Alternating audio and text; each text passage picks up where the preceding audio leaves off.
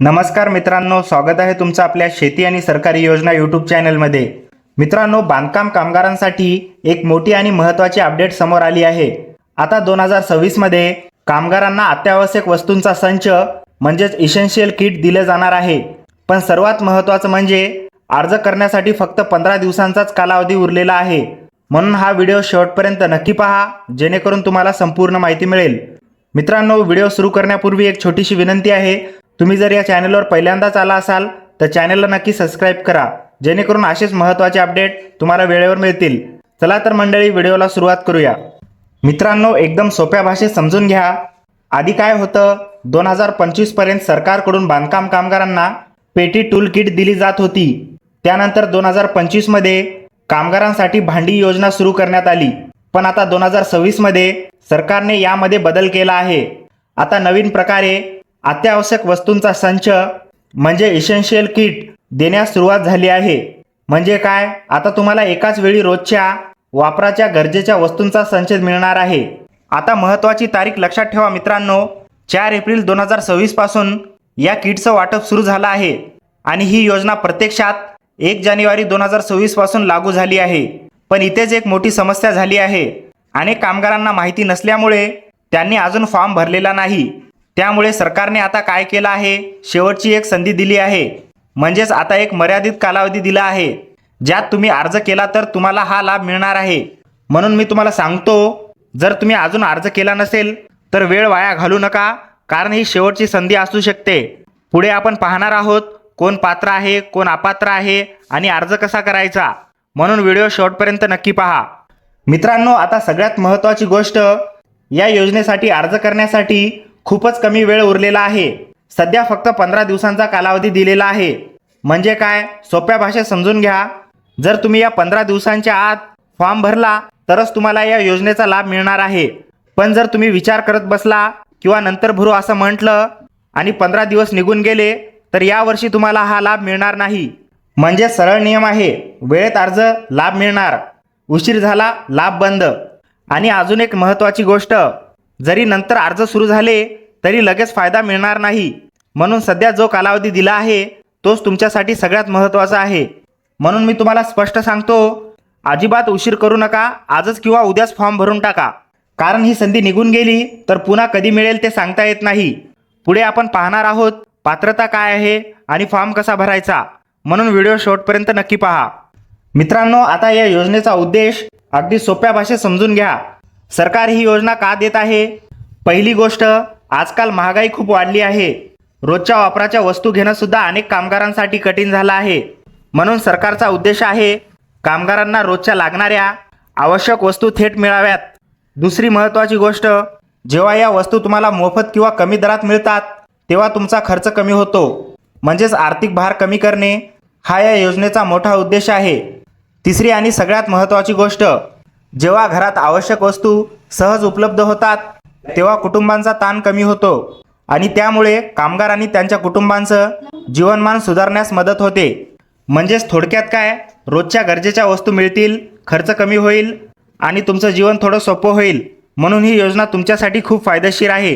पुढे आपण पाहणार आहोत कोण या योजनेसाठी पात्र आहे, म्हणून व्हिडिओ शेवटपर्यंत नक्की पहा। मित्रांनो, आता सगळ्यात महत्त्वाचा प्रश्न, या योजनेसाठी पात्र कोण आहे? चला अगदी सोप्या भाषेत समजून घेऊया। पहिली अट आहे, तुम्ही बांधकाम कामगार म्हणून नोंदणीकृत असणं आवश्यक आहे। म्हणजे काय, तुमचं नाव कामगार मंडळात नोंद असलं पाहिजे। जर नोंदणीतच नसेल तर तुम्हाला लाभ मिळणार नाही। दुसरी अट, तुमची नोंदणी कार्ड वैध ॲक्टिव्ह असलं पाहिजे, म्हणजे रिन्युअल संपलेलं नसावं। जर रिन्युअल संपलेलं असेल तर आधी ते अपडेट करा, नाहीतर तुम्ही अपात्र ठराल। तिसरी महत्त्वाची गोष्ट, आता जुनी डायरी चालणार नाही, तुम्हाला नवीन ई कार्ड असणं आवश्यक आहे। चौथी अट, मागील 12 महिन्यामध्ये किमान 90 दिवस काम केलेलं असावं, म्हणजे तुम्ही खरंच कामगार आहात याचा पुरावा लागतो। पाचवी आणि शेवटची अट, तुमचं आधार कार्ड आणि बँक खाते लिंक असणं आवश्यक आहे। म्हणजेच तुमचा मोबाईल नंबर, आधार कार्ड आणि बँक सगळं एकमेकांशी जोडलेलं असावं।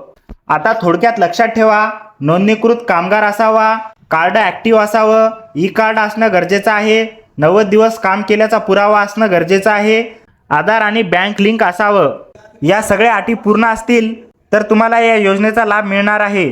पुढे आपण पाहणार आहोत कोण कोण अपात्र ठरणार आहे, म्हणून हा व्हिडिओ शेवटपर्यंत नक्की बघा. मित्रांनो, आता हे पण तितकंच महत्त्वाचं आहे. कोणाला या योजनेचा लाभ मिळणार नाही हा भाग नीट समजून घ्या, नाहीतर फॉर्म भरूनही फायदा मिळणार नाही.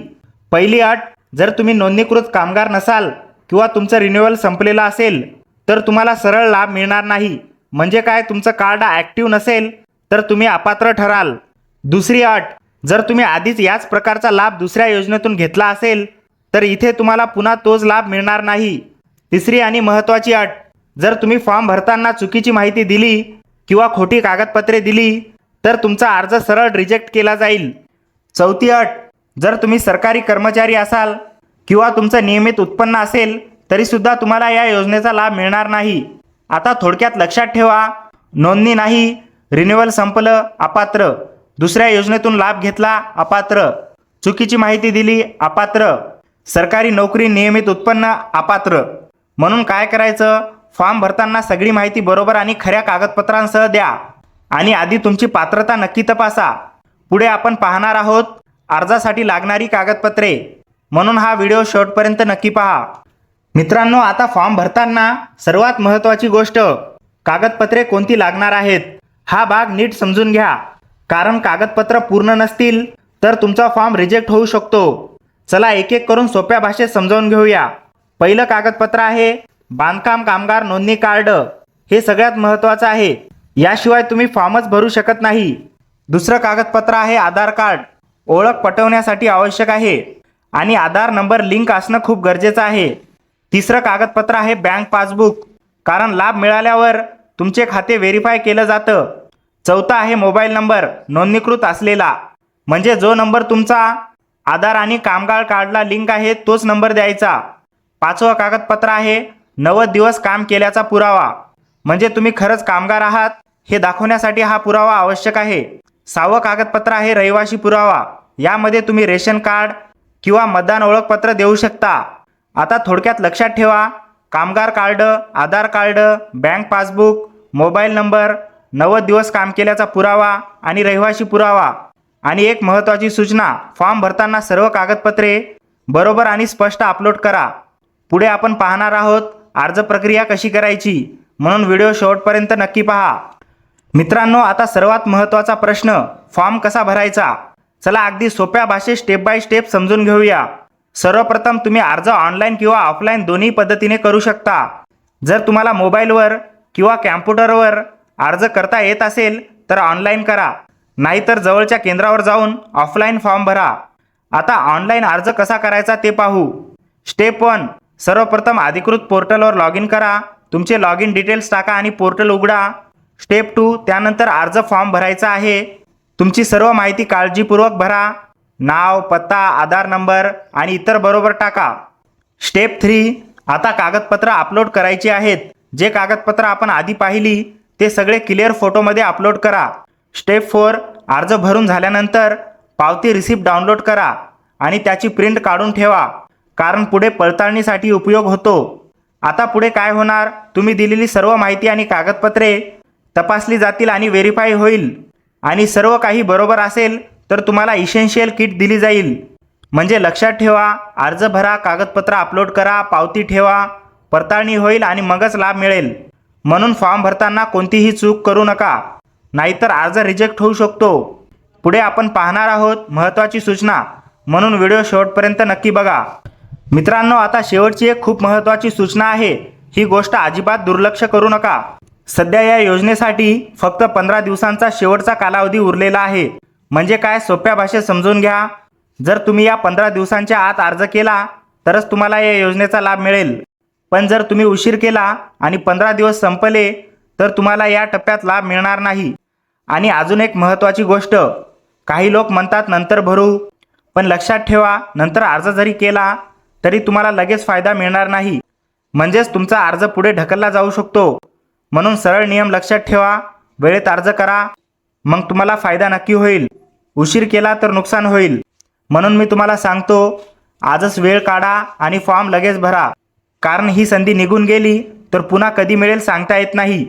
म्हणून अजिबात वाट पाहू नका, लगेच ॲक्शन घ्या. मित्रांनो, आता सगळ्यात महत्त्वाचा प्रश्न, किट नेमकी मिळणार कशी.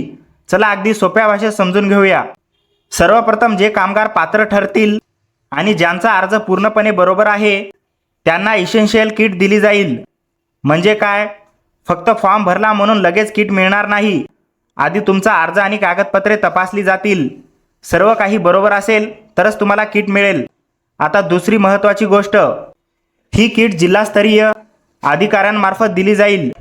म्हणजे सरकारचे अधिकृत अधिकारीच तुम्हाला हा लाभ देणार आहेत. आणि इथे एक महत्त्वाची सूचना, तुम्हाला कोणत्याही ठेकेदाराकडून किंवा खाजगी व्यक्तीकडून किट मिळणार नाही.